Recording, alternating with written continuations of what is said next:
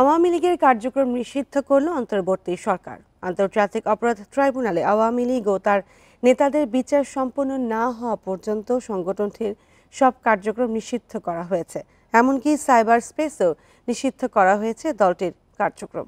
শনিবার রাতে অন্তর্বর্তী সরকারের উপদেষ্টা পরিষদের জরুরি বৈঠকে এই সিদ্ধান্ত নেওয়া হয়েছে। বৈঠক শেষে এই সিদ্ধান্তের কথা জানান আইন উপদেষ্টা আসিফ নজরুল। আওয়ামী লীগ নিষিদ্ধ করার দাবিতে শাহবাগে বিক্ষোভ সমাবেশের মুখে জরুরি বৈঠকে বসে অন্তর্বর্তী সরকারের উপদেষ্টা পরিষদ। প্রধান উপদেষ্টা প্রফেসর মোহাম্মদ ইউনুস এতে সভাপতিত্ব করেন। বৈঠক শেষে সিদ্ধান্ত জানান আইন উপদেষ্টা আসিফ নজরুল। উপদেষ্টা পরিষদের বৈঠকে আন্তর্জাতিক অপরাধ ট্রাইব্যুনালে বাংলাদেশের আওয়ামী লীগ ও তার নেতাদের বিচার কার্য সম্পন্ন না হওয়া পর্যন্ত দেশের নিরাপত্তা ও সার্বভৌমত্ব রক্ষা, জুলাই আন্দোলনের নেতাকর্মীদের নিরাপত্তা এবং আন্তর্জাতিক অপরাধ ট্রাইব্যুনালের বাদী ও সাক্ষীদের সুরক্ষার জন্য সন্ত্রাস বিরোধী আইনের অধীনে সাইবার স্পেস সহ আওয়ামী লীগের যাবতীয় কার্যক্রম নিষিদ্ধ করার সিদ্ধান্ত গ্রহণ করা হয়েছে। উপদেষ্টা আসিফ নজরুল জানান, এ বিষয়ে প্রয়োজনীয় পরিপত্র পরবর্তী কর্মদিবসে জারি করা হবে। এছাড়া উপদেষ্টা পরিষদের সভায় আন্তর্জাতিক অপরাধ ট্রাইব্যুনাল আইনের সংশোধনীও অনুমোদন করা হয়েছে। উপদেষ্টা পরিষদের এক বিশেষ সভা অনুষ্ঠিত হয়। সভায় আন্তর্জাতিক অপরাধ ট্রাইব্যুনাল আইনের সংশোধনী অনুমোদিত হয়েছে। সংশোধনী অনুযায়ী আন্তর্জাতিক অপরাধ ট্রাইব্যুনাল কোনো রাজনৈতিক দল, তার অঙ্গ সংগঠন বা সমর্থক গোষ্ঠীকে শাস্তি দিতে পারবে। এছাড়া ৩০ কার্যদিবসের মধ্যে জুলাই ঘোষণাপত্র চূড়ান্ত করে প্রকাশের সিদ্ধান্ত নিয়েছে উপদেষ্টা পরিষদ। Mahmuda Moumita, Independent News, Dhaka. আওয়ামী লীগের কার্যক্রম নিষিদ্ধের সিদ্ধান্তের পরই উল্লাসে মেতে ওঠে শাহবাগে আন্দোলনকারীরা।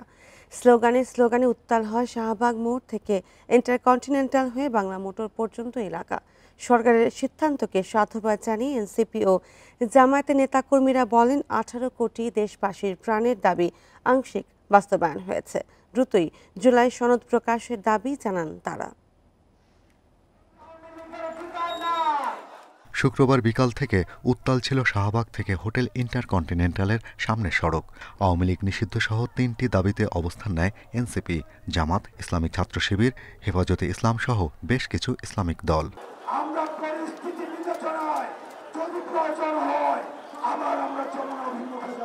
তৃতীয় দিনের কর্মসূচিতে রাত 8টায় তাদের পক্ষ থেকে দেয়া হয় 1 ঘণ্টার আলটিমেটাম। এরপর রাত 11:15টায় উপদেষ্টাদের জরুরি বৈঠক থেকে আসে আওয়ামী লীগ নিষিদ্ধের ঘোষণা। নানা স্লোগানে উচ্ছ্বাস জানান আন্দোলনকারীরা।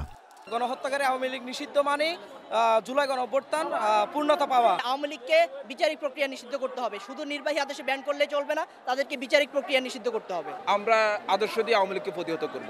এর বাইরে আমরা কখনোই আওয়ামী লীগের মতো ফ্যাসিবাদ হব না, আওয়ামী লীগের মতো অগণতান্ত্রিক হব না। আওয়ামী লীগ নিষিদ্ধের সিদ্ধান্ত প্রজ্ঞাপন আকারে প্রকাশ না হওয়া পর্যন্ত দাবি আদায়ের সংগ্রাম চলবে জানালেন এনসিপি নেতা। আর আগামীতে অন্য কোনো দল যেন ফ্যাসিবাদী আচরণ না করতে পারে এমন বন্দোবস্তের আশা করেন তারা। রাজপথ এখন আমরা ছাড়ি নাই। আওয়ামী লীগের কার্যক্রম বিচারের আগ পর্যন্ত নিষিদ্ধের কথা বলা হচ্ছে। আমরা একবারেই বিচারিক প্রক্রিয়া নিষিদ্ধ চাই। তো সরকার যদি আবার দুর্বলতা প্রকাশ করতে চায় বা সরকার যদি আবার এখানে ঢিলামি দেখায়, আমরা আবার রাজপথে নেমে আসবো। জুলাই আন্দোলনের ছাড়পত্র কেন 30 দিন লাগবে? এটা তো 24 ঘন্টা হওয়ার কথা। এত 2000 মায়ের বুক খালি হয়েছে, এটার দিকে সরকারের কারো একটু মাথা ব্যথা নাই? স্বৈরাচার কেউ তৈরি হয়ে উঠতে চায়, আপনারা দেখেন ছাত্র জনতা কিন্তু মাঠ ছাড়ে না। বাংলাদেশে রাজনীতিতে যারাই আসবে ওদের জন্য এমন কোনো পরিস্থিতি না হয় যে আমাদের আবার এরকম ভাবে এখানে রাস্তায় নামতে হয়। রাত 12:15টায় মগবাজার মোড়ে পথসভা করে জামাত ইসলাম। আওয়ামী লীগ নিষিদ্ধের খুশিতে শুকরানা মোনাজাত করে দলের নেতাকর্মীরা। আমের একটি দাবি আজকে আংশিক বাস্তবায়ন করে দিয়েছেন, আলহামদুলিল্লাহ। দাবি আমাদের পুরা বাস্তবায়িত হয়নি। জুলাই প্রক্লেমেশন এখনো আসেনি। বিপ্লবের পূর্ণাঙ্গ ঘোষণা এখনো আমরা পাইনি। আমরা ইনশাআল্লাহ ধাপে ধাপে সামনের দিকে এগিয়ে যাব। আওয়ামী লীগ নিষিদ্ধের সরকারি সিদ্ধান্ত নিয়ে দলীয়ভাবে আনুষ্ঠানিক বক্তব্য দেওয়ার আগ পর্যন্ত নেতাকর্মীদের শাহবাগে অবস্থান করতে বলেছেন এনসিপি নেতা হাসনাত আব্দুল্লাহ। Shahriar Anirban, Independent News, Dhaka. আওয়ামী লীগকে নিষিদ্ধ ঘোষণার পর বিভিন্ন জেলায় আনন্দ মিছিল করেছে ছাত্র জনতা সহ বিভিন্ন রাজনৈতিক সংগঠন। সাভারের শহীদ ইয়ামিন চত্বর থেকে আনন্দ মিছিল বের করেন এনসিপির নেতাকর্মীরা। এ সময় তারা আওয়ামী লীগের কার্যক্রম নিষিদ্ধ করায় অন্তর্বর্তীকালীন সরকারকে ধন্যবাদ জানান। সেই সাথে গণহত্যার দায়ে আওয়ামী লীগের নেতাকর্মীদের দ্রুত বিচারের আহ্বান জানান। এদিকে নিষিদ্ধ ঘোষণার খবরে খুলনা শিববাড়ি মোড়ে উল্লাস প্রকাশ করে আনন্দ মিছিল ও মিষ্টি বিতরণ করে এনসিপি, জামায়াত সহ বিভিন্ন রাজনৈতিক দল। এছাড়া লালমনিরহাটে আনন্দ মিছিল ও মিষ্টি বিতরণ করেছে জামায়াত ইসলামী। এ সময় ছাত্র জনতা হত্যায় জড়িত সব খুনির গ্রেপ্তার ও বিচারের দাবি জানান তারা। এদিকে ফরিদপুরে আওয়ামী লীগের কার্যক্রম নিষিদ্ধের ঘোষণায় মিছিল করেছে বৈষম্য বিরোধী ছাত্র আন্দোলন। লক্ষ্মীপুরেও আওয়ামী লীগ নিষিদ্ধের খবরে আনন্দ মিছিল করেছে জামায়াত শিবির সহ ছাত্র জনতা।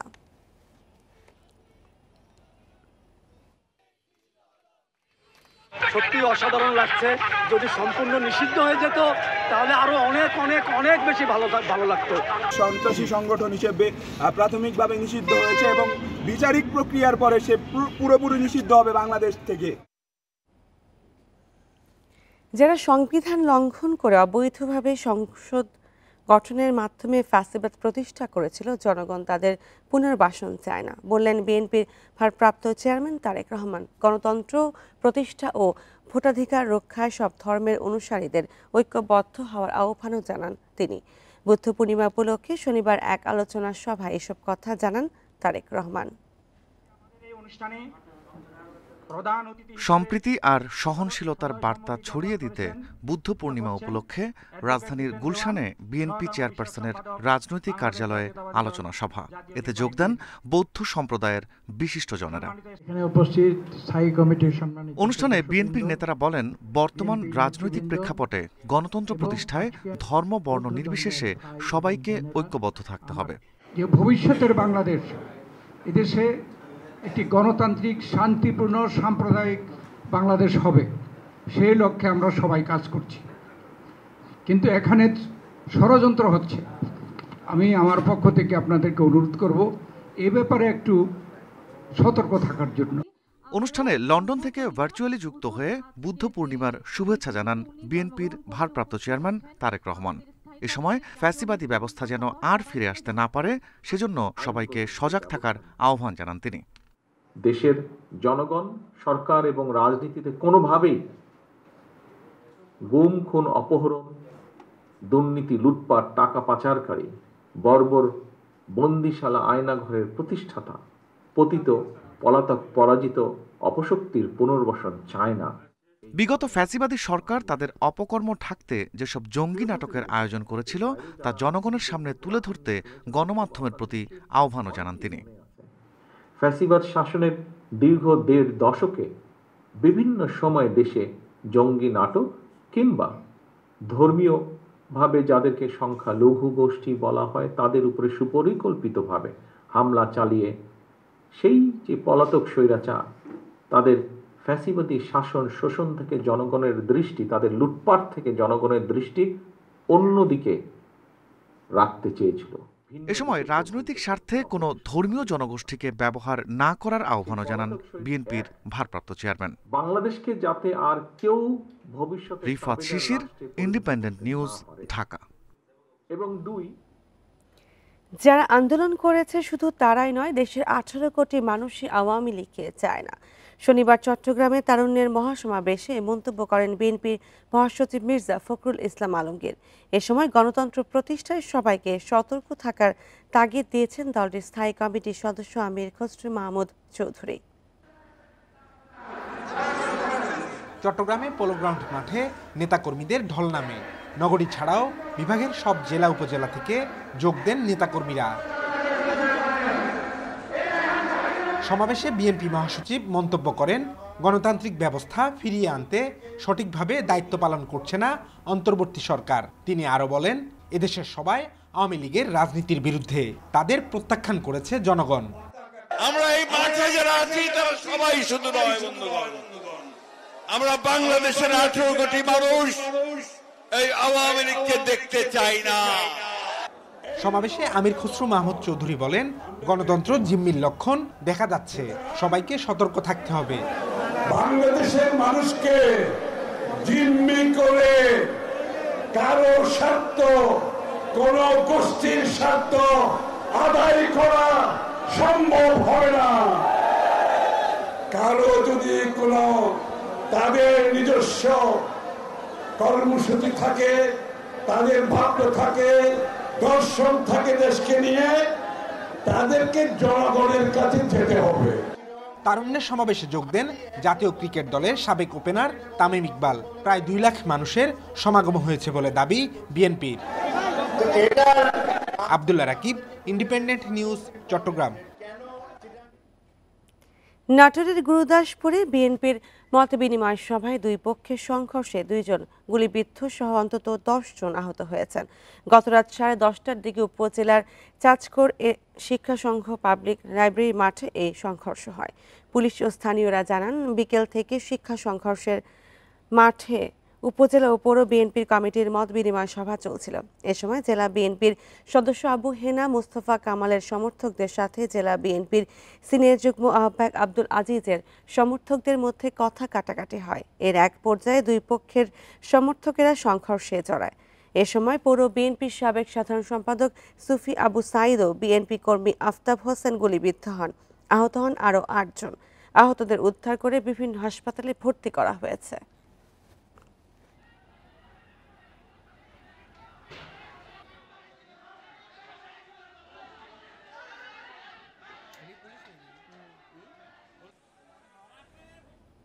ট্রুথ অ্যান্ড রিকনসিলিয়েশন কমিশন গঠন করবে সরকার, জানিয়েছেন অন্তর্বর্তী সরকারের আইন, বিচার ও সংসদ বিষয়ক উপদেষ্টা আসিফ নজরুল।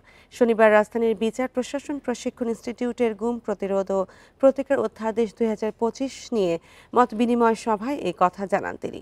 বলেন, দেশে ট্রুথ জাস্টিস কমিশন অথবা ট্রুথ রিকনসিলিয়েশন কমিশনের দরকার আছে। এটা 1972 সাল থেকে থাকলেই ভালো হতো বলে মন্তব্য করেন। জানান, সবকিছুই পেশাদারিত্বের সাথে নিষ্পত্তি করা হবে। আগামীতে যারা সরকারে আসবে তারা গুম সংক্রান্ত কোনো আইন করলেও সেটা শক্তিশালী হবে কিনা সন্দেহ প্রকাশ করেন তিনি। বর্তমান সরকারের আইনটিকে কঠোর করার লক্ষ্য বলে জানান তিনি।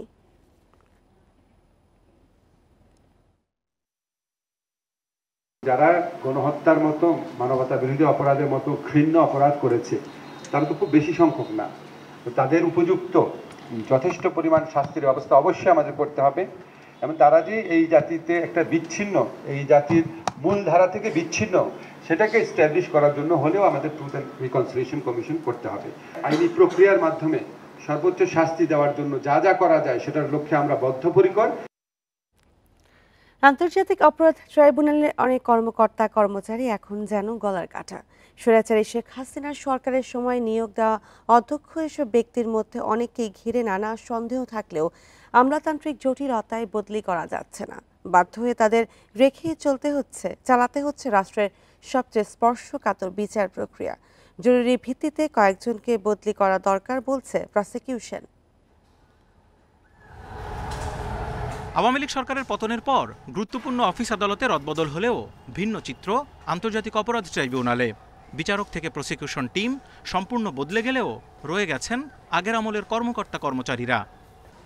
যুদ্ধাপরাধের অভিযোগে জামাত ও বিএনপি নেতাদের বিচারের সময় এদের নিয়োগ দিয়েছিল আওয়ামী লীগ সরকার। এখনও ট্রাইব্যুনালের বিভিন্ন দায়িত্বে তাদের রেখেই চলছে ওই সরকারের গুরুত্বপূর্ণ ব্যক্তিদের বিচার কাজ।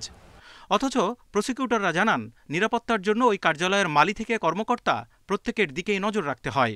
সম্প্রতি গ্রেপ্তারি পরোয়ানার তথ্য পাচারের ঘটনায় অনেকের প্রতি বেড়েছে সন্দেহ।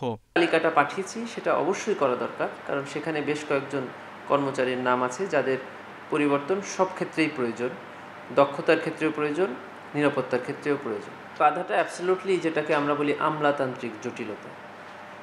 সরকারের আন্তরিকতার কোনো ঘাটতি আমি দেখিনি, কারণ আমরা যখনই এই প্রস্তাব নিয়ে গেছি সরকারের দায়িত্বপ্রাপ্ত যিনি ওখানে আছেন বা যারা আছেন সকলেই তাদের পক্ষ থেকে যা বলার বলে দিয়েছে, কিন্তু শেষে গিয়ে দেখছি যে আমরা এর কার্যকারিতাটা দেখতে পাচ্ছি না। শুধু ট্রাইব্যুনালের জন্যই তাদের নিয়োগ দেওয়া হয়েছে বলে বদলি নিয়ে জটিলতা দেখা দিয়েছে। তবে প্রসিকিউশন বলছে সরকার চাইলেই পরিবর্তন সম্ভব। এজন্য সুপ্রিম কোর্ট ও আইন মন্ত্রণালয়ে কয়েক দফা চিঠিও দিয়েছে প্রসিকিউশন। রিয়াজ করা অত্যন্ত জরুরি, কারণ আমাদের ট্রাইব্যুনাল বিশেষ করে প্রসিকিউশন এটা অত্যন্ত একটি সেন্সিটিভ জায়গা। বিগত আমলে যারা ছিলেন তারা একটি মন মানসিকতা তারা একটা ধারণ করত। স্বাভাবিক 5ই আগস্টের পরে একটি বিপ্লবী সরকার গঠিত হওয়ার পরে তারা যে মন মানসিকতা ধারণ করে সেটা দিয়ে আমাদের মন মানসিকতার সঙ্গে অ্যাডজাস্ট হবে না। ট্রাইব্যুনালের প্রসিকিউশন অফিসে কাজ করছেন 30 জন কর্মকর্তা কর্মচারী। এছাড়া রেজিস্ট্রার অফিসে কর্মরত আরও 30 জন। তাদের চাকরি স্থায়ীকরণ সংক্রান্ত জটিলতায় সরানো যাচ্ছে না। Zahidul Bashar, Independent News, Dhaka. গ্রীষ্মের খরতাপে পুড়ছে দেশ, তীব্র গরমে অতিষ্ঠ জনজীবন। অন্তত 60 জেলায় বইছে মৃদু থেকে অতি তীব্র তাপপ্রবাহ। শনিবার চুয়াডাঙ্গায় তাপমাত্রার পারদ উঠেছে 42 ডিগ্রি সেলসিয়াসে, যা এ বছরের সর্বোচ্চ। আর ঢাকায় তাপমাত্রা ছিল 39.9 ডিগ্রি। এদিকে সোমবার থেকে কয়েকটি জেলায় বৃষ্টির পূর্বাভাস দিচ্ছে আবহাওয়া অফিস। তবে সারা দেশে অপেক্ষা করতে হবে পুরো সপ্তাহ। তপ্ত সূর্যের আগ্রাসী রূপে ঊর্ধ্বমুখী তাপমাত্রার পারদ। গ্রীষ্মের এমন খরতাপের মধ্যেই ঘাম ঝরিয়ে জীবিকার তাগিদে ছুটে চলছে নগরবাসী। তীব্র তাপপ্রবাহে হাসপাস অবস্থা সবার। অসহনীয় গরমে সবচেয়ে বেশি ভোগান্তি শ্রমজীবী মানুষের। আমরা তো মনে করেন যে দিন এনে দিন খাই, গাড়ি না চলে সংসার চালাইতে পারি না, কিস্তি মিস্তি আছে। এই মনে করেন আমরা যে সাধারণ মানুষ, মানে প্রচুর গরম, মানে সামনের দিকে কি অবস্থা একমাত্র আল্লাহ জানে। গরমের অবস্থা তো খুব সিরিয়াস, খালি পানি খাই আর যেখানে সেখানে বইতেই। তাপমাত্রার পারদ প্রতিদিনই ছাপিয়ে যাচ্ছে আগের দিনের রেকর্ড। শনিবার বছরের সর্বোচ্চ তাপমাত্রা রেকর্ড করা হয় চুয়াডাঙ্গায় 42 ডিগ্রি সেলসিয়াস। আর ঢাকায় তাপমাত্রার পারদ ছুঁয়েছে 39.9 ডিগ্রি সেলসিয়াসে। তবে গরম অনুভূত হচ্ছে আরও বেশি। এ অবস্থা থাকবে আরও 2-1 দিন। তাপপ্রবাহ 12 তারিখ বা তার আশেপাশের সময় সামান্য কমে আসতে পারে তাপমাত্রা। তা পুরোপুরি তাপপ্রবাহ মুক্ত নাও হতে পারে, কারণ কি বৃষ্টির ধারাটা 12 তারিখের পরে আস্তে আস্তে বাড়ে। আর এটা যখন পূর্ণ মাত্রায় যাবে বা বেশি পরিমাণে বাড়বে, বিস্তৃতি যখন বেশি লাভ করবে, তখন তাপ প্রবাহের যে বিস্তৃতিটা আছে সেটা ধীরে ধীরে কমে আসতে থাকবে। বা 7 ডেজ আশেপাশের সময়ে 16, 17 বা 18 তারিখের কাছাকাছি সময় সারা দেশে মোটামুটি তাপ প্রবাহ মুক্ত হওয়ার সম্ভাবনা আছে। আবহাওয়া অফিস জানিয়েছে আর্দ্রতা বেশি থাকায় এমন অস্বস্তিকর পরিস্থিতি। তবে কিছুটা স্বস্তির খবরও দিচ্ছে আবহাওয়া অফিস। সোমবার কয়েকটি জেলায় বৃষ্টি হতে পারে। সেক্ষেত্রে সেসব এলাকায় নেমে আসবে তাপমাত্রা। তবে সারা দেশের তাপমাত্রা কমতে অপেক্ষা করতে হবে সপ্তাহখানেক।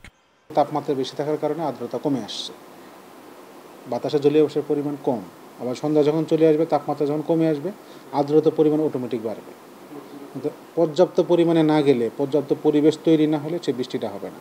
আর এই সময় যে বৃষ্টিটা হয় মার্চ, এপ্রিল, মে মাসে, আমাদের কালবৈশাখী ঝড় থেকে বৃষ্টিটা হয়। এদিকে মে মাসটি ঘূর্ণিঝড় প্রবণ হলেও আগামী 10 দিনে তেমন কোনো আশঙ্কা নেই বলছে আবহাওয়া office. Adilur Rahman, Independent News, Dhaka. তাপপ্রবাহ নিয়ে আরও জানাতে চুয়াডাঙ্গা থেকে যুক্ত হচ্ছেন সহকর্মী মানিক আকবর। মানিক, গতকাল চুয়াডাঙ্গায় তাপমাত্রা 42 ডিগ্রিতে উঠেছিল। আজ তাপমাত্রার কি আভাস পাওয়া যাচ্ছে?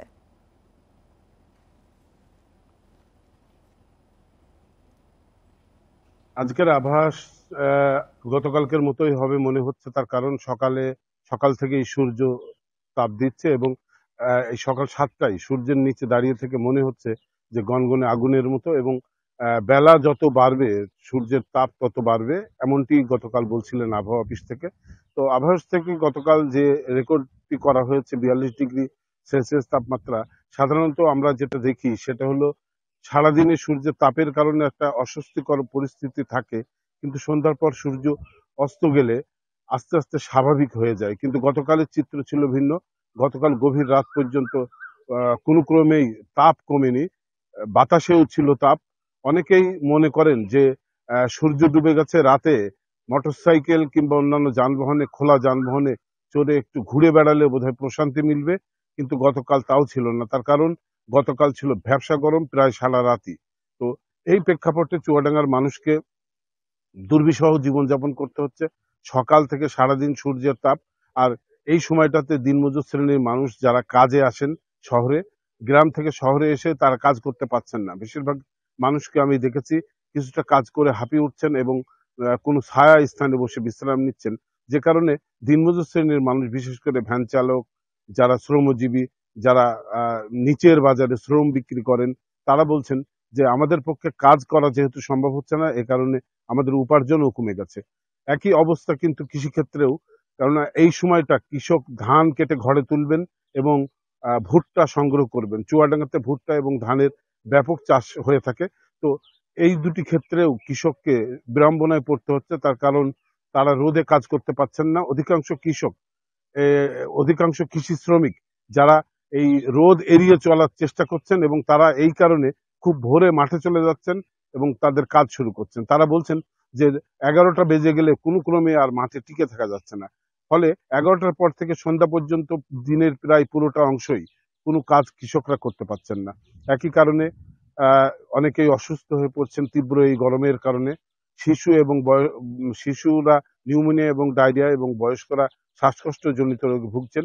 বেশিরভাগ মানুষকেই দেখা গিয়েছে যারা চিকিৎসকের পরামর্শ নিয়ে চিকিৎসাধীন থাকছেন।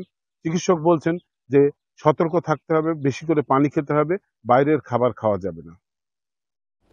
পটুয়াখালীর কুয়াকাটায় বহুল প্রতীক্ষিত মেরিন ড্রাইভ সড়ক নির্মাণে নিম্নমানের সামগ্রী ব্যবহারের অভিযোগ উঠেছে। স্থানীয়দের অভিযোগ, মানের ঘাটতির পাশাপাশি নিয়ম বহির্ভূত উপকরণও ব্যবহার করা হচ্ছে নির্মাণে, মানা হচ্ছে না শিডিউলও। তবে মান বজায় রেখে সময়ের মধ্যে কাজ শেষ করতে তদারকি চলছে বলে জানিয়েছে স্থানীয় সরকার প্রকৌশল বিভাগের কর্মকর্তারা। কুয়াকাটা 0 পয়েন্ট থেকে হোসেনপাড়া বাজার ধুলাই মার্কেট পর্যন্ত এই সড়কটির দৈর্ঘ্য 5 কিলোমিটার। এলাকাবাসীর কাছে এটি পরিচিত মেরিন ড্রাইভ সড়ক হিসেবে। সম্প্রতি বরিশাল বিভাগের গুরুত্বপূর্ণ সড়ক প্রশস্তকরণ প্রকল্পের আওতায় সড়ক নির্মাণের উদ্যোগ নেয় এলজিইডি। সড়কটি নির্মাণের দায়িত্ব পেয়েছে ঠিকাদারি প্রতিষ্ঠান বরেন্দ্র কনস্ট্রাকশন। তারা সাব কন্ট্রাক্ট দিয়েছে আরেক ঠিকাদার ফোরকান হোসেনকে। কিন্তু নির্মাণের পরপরই অনেক জায়গায় উঠে যাচ্ছে কার্পেটিং। এছাড়া 40 মিলিমিটার কার্পেটিং করার কথা থাকলেও তা মানা হচ্ছে না বলে অভিযোগ স্থানীয়দের। লিকুইড না দিয়েও তারা পেজ দিছে। এ রাস্তা তো টেকার সম্ভাবনা নাই, বৃষ্টি থাকলে এ রাস্তা খুব তাড়াতাড়ি ক্ষতি হয়ে যাবে। ঢালাইটা দেওয়ার নিয়ম হলো 4 ইঞ্চি, এখানে দিতে আছে মাত্র 2 ইঞ্চি। আলকাতা দেয় না, যার জন্য সম্পূর্ণ হুক না, আমরা গাড়ি চালাই যেমন ধুলি সব তলায় দিতেছি আমরা। নির্মাণ কাজের মান নিয়ে প্রশ্নের বিষয়ে কথা বলতে রাজি হননি সাব কন্ট্রাক্ট পাওয়া ঠিকাদার। তবে শিডিউল অনুযায়ী কাজ শেষ করতে ঠিকাদারকে নির্দেশনা দেওয়া হয়েছে বলে জানিয়েছে এলজিইডি। এখানে কার্পেটিং আমি মাপছি, তো বেশিরভাগ জায়গায় আমি ঠিক পাইছি, কিন্তু 2-1টা জায়গায় আমি কম পাইছি। তো সেটা আবার আমি বলে দিচ্ছি যে এটা দ্রুত রেকটিফাই করার জন্য। স্থানীয়রা বলছেন, সাগরঘাসা সড়কটি কয়েক দশক ধরে উপকূলবাসীকে বেশ কয়েকটি ঘূর্ণিঝড়ের হাত থেকে সুরক্ষা দিয়েছে। গুরুত্বপূর্ণ সড়কটি নির্মাণে মান নিশ্চিতের তাগিদ তাদের। Independent news. সোনালুর সোনালী আভায় মনোমুগ্ধকর থাকা চট্টগ্রাম মহাসড়ক। গাছে গাছে থোকায় থোকায় ঝুলছে কৃষ্ণচূড়া, জরালু আর রাধাচূড়া। লালচে গোলাপি ফুলগুলো ছড়াচ্ছে মুগ্ধতা। ফুলের সৌরভ আর মন মাতানোর রঙে আকৃষ্ট হচ্ছেন চলাচলকারীরা।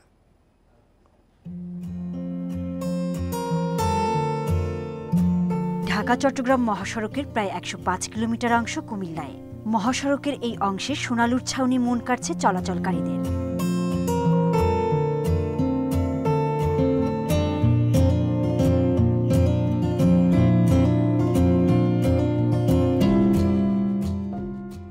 হলুদ সোনালুর অপরূপ শোভায় মন ছুঁয়ে যাবে যে কারো। মহাসড়কের শত শত গাছের ফুলের রঙে আকৃষ্ট হচ্ছেন সবাই। মনোমুগ্ধকর দৃশ্য ক্লান্তি ভুলিয়ে দিচ্ছে চালক ও যাত্রীদের। যখন অনেকগুলো কৃষ্ণচূড়া, অনেকগুলো জারুল, অনেকগুলো সোনালু গাছ আমরা একসাথে দেখতে পাই, আমাদের মন ভালো হয়ে যায়। গাছগুলো যখন রোপণ করা হওয়ার পরে যখন আমরা দেখতে পেলাম যে এরপরে ধারাবাহিকভাবে যে এই যে সোনালি জারুল যে ফুলগুলো ফুটছে, এইটা একটা অন্যরকম শোভাবর্ধন করে। এদিকে বিভিন্ন রকমের ফুল আছে, গোলাপি, বেগুনি কালার, ভালোই লাগে। যখন মন খারাপ থাকে এখানে এসে একটু তাকাইলে মনটা আনন্দে আত্মহারা হয়ে যায়। সৌন্দর্য বর্ধন ও রাতের বেলায় গাড়ির হেডলাইটের আলো যেন চালকের চোখে না পড়ে, সেজন্য বিভাজকে বিভিন্ন গাছের পাশাপাশি ফুল গাছ রোপণ করা হয়। আমাদের ভবিষ্যৎ পরিকল্পনা রয়েছে যে গাছগুলো, যে ফুলের গাছগুলো রয়েছে সেগুলো পরিচর্যা করা, এবং পাশাপাশি আমরা নতুন করে আরও যে গাছগুলো লাগানো যায় সেগুলো নিয়ে পরিকল্পনা করছি। পিচ ঢালা এই মহাসড়কে সোনালু জারুল ফুলের দৃষ্টিনন্দন রূপ এবং সৌন্দর্য আরও বাড়াতে নিয়মিত পরিচর্যার তাগিদ। Independent news.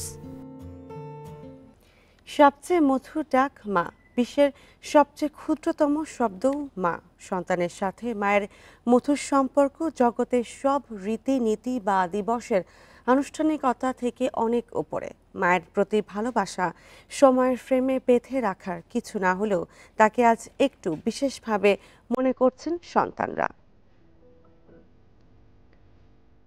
মায়ের প্রতি শ্রদ্ধা ভালোবাসায় নির্দিষ্ট কোনো দিন দরকার না হলেও প্রতি বছর পালিত হয়ে আসছে মা দিবস। ইতিহাস ঘাটলে দেখা যায় খ্রিস্টের জন্মের অনেক আগে থেকে মিশর, রোম ও গ্রিসে বিশেষ একটি দিনকে মা দিবস হিসেবে পালন করা হতো। মায়ের প্রতি গভীর মমত্ববোধ থেকে তারা আরাধনা করত দেবতাদের। বর্ণাঢ্য আয়োজনে মা দিবস উদযাপনের শুরুটা মূলত আমেরিকানদের থেকে। 1870 সালে সমাজসেবী জুলিয়া ওয়ার্ড হো যুক্তরাষ্ট্রের গৃহযুদ্ধ বন্ধে সব মাকে একসঙ্গে করতে চান, আর এর জন্য মা দিবস পালনের প্রস্তাব দেন তিনি। তার লক্ষ্য ছিল 1858 সালে শান্তিকর্মী অ্যান জার্ভিসের প্রচেষ্টাকে এগিয়ে নেয়া। অ্যান জার্ভিস যুদ্ধবিধ্বস্ত আমেরিকান নারীদের নিয়ে পরিচ্ছন্নতা ও স্বাস্থ্য রক্ষার প্রয়োজনীয়তা ও উপকারিতা নিয়ে প্রচার ও কাজ শুরু করেন। তার মৃত্যুর পর মেয়ে অ্যানা জার্ভিস মায়ের অসমাপ্ত স্বপ্ন পূরণের কাজে হাত দেয়। প্রতি রোববার মা যেখানে পড়াতেন, পশ্চিম ভার্জিনিয়ার গ্রাফিটন শহরের সেই চার্চে 1908 সালের 10 মে প্রথমবারের মতো দিনটি উদযাপন করেন অ্যানা। এরপর ধীরে ধীরে বড় পরিসরে উদযাপন হতে থাকে দিবসটি। 1912 সালে সর্বপ্রথম এ দিনকে স্বীকৃতি দিয়ে সরকারি ছুটি ঘোষণা করা হয় যুক্তরাষ্ট্রের কয়েকটি অঙ্গরাজ্যে। 1914 সালে দিনটিকে দেশব্যাপী সরকারি ছুটি ও জাতীয় দিবসের মর্যাদা দেন যুক্তরাষ্ট্রের তৎকালীন প্রেসিডেন্ট উইড্রো উইলসন। আর 1962 সালে দিবসটি স্বীকৃতি পায় আন্তর্জাতিক দিবস হিসেবে। এরপর থেকে মে মাসের দ্বিতীয় রোববার বিশ্বজুড়ে পালিত হয় মা দিবস। Nusrat Serin, Independent News. এই ছিল এখনকার সংবাদে। ধন্যবাদ সবাইকে।